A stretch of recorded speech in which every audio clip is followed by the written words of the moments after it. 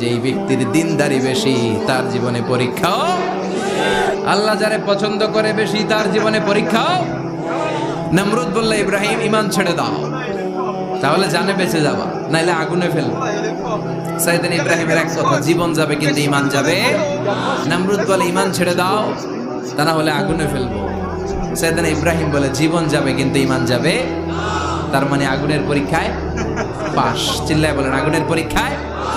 পরীক্ষা নাম্বার 2, একটার পর একটা পরীক্ষা নিতে আল্লাহ শুরু করলেন। আল্লাহ বললেন, ইব্রাহিম যাও, কলিজার টুকরা সন্তানকে আর হাজারকে মক্কার ধুধু প্রান্তরে ফেলে দিয়ে আসো।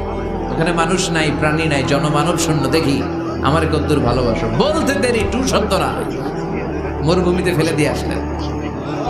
তার মানে পরীক্ষা নাম্বার 2তেও, কথা বলেন, 2তেও। পরীক্ষা নাম্বার 3, আল্লাহ বললেন, ইব্রাহিম দেখি তোমার হৃদয় আমার